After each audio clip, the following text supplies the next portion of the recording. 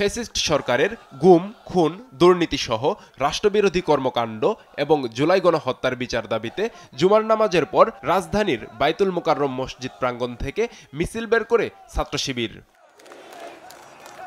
মিছিল শেষে শাহবাগে জমায়েত হয়ে বক্তব্য রাখেন শিবির নেতারা।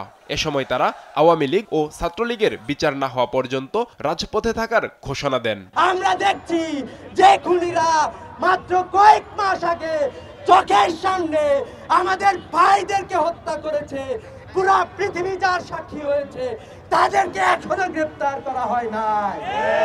খুনি হাসিনা এবং তার দোসরদের অবিলম্বে বিচারের আওতায় এনে ফাঁসি কার্যকর করতে হবে।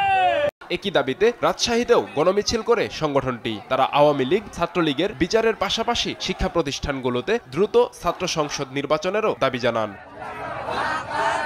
জুমার নামাজের পর সিলেটে বন্দর কোর্ট পয়েন্ট থেকে গণমিছিল বের করে ছাত্র শিবির। মিছিলটি শহর ঘুরে চৌহাট্টা পয়েন্টে পথসমাবেশে মিলিত হয়। শেখ মুজিবুর রহমানের মোরালকে আমরা অপসারণের দাবিতে আজকের বিক্ষোভ সমাবেশ করেছিল। দুপুরে বগুড়া শহরের কলোনি এলাকা থেকে শিবিরের গণমিছিল শুরু হয়ে শেষ হয় সাতমাথা এলাকায়। পরে সেখানে এক সংক্ষিপ্ত সমাবেশে বক্তব্য রাখেন সংগঠনের জেলা নেতারা। তারা ইসলামী আন্দোলনকে নেতৃত্ব শূন্য করে দেওয়ার জন্য আমাদের নেতাদেরকে আন্তর্জাতিক অপরাধ ট্রাইব্যুনালে বিনা অপরাধে ফাঁসিতে ঝুলিয়েছে।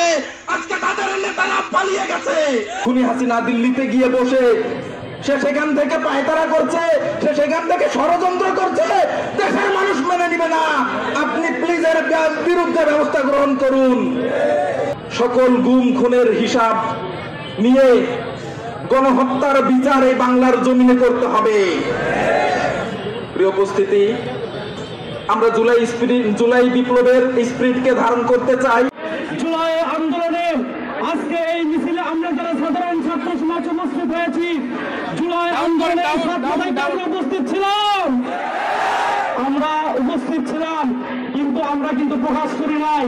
আজকে আমরা ছাত্র সমাজের উপস্থিতি প্রমাণ করেছে গত 16 বছরে বগুড়ায় সাধারণ ছাত্রদের উপর সীমাহীন জুলুম, নির্যাতন, শৃঙ্খল চালিয়ে, গ্রেপ্তার চালিয়ে, শহীদ করে বগুড়ার ছাত্র সমাজকে রাজপথ থেকে, ইসলামী আন্দোলন থেকে একটু পিছু হটাতে পারে না। জুমার নামাজের পর বরিশালে গির্জা মহল্লা রোডের জামে কসাই মসজিদের সামনে থেকে মিছিল বের করে ছাত্র শিবির। মিছিলটি নগরীর গুরুত্বপূর্ণ সড়ক প্রদক্ষিণ করে সদর রোডের অশ্বিনী কুমার টাউন হলের সামনে গিয়ে শেষ হয়। সেখানে তারা বিক্ষোভ সমাবেশ করেন। নিউজ ডেস্ক, দেশ টিভি।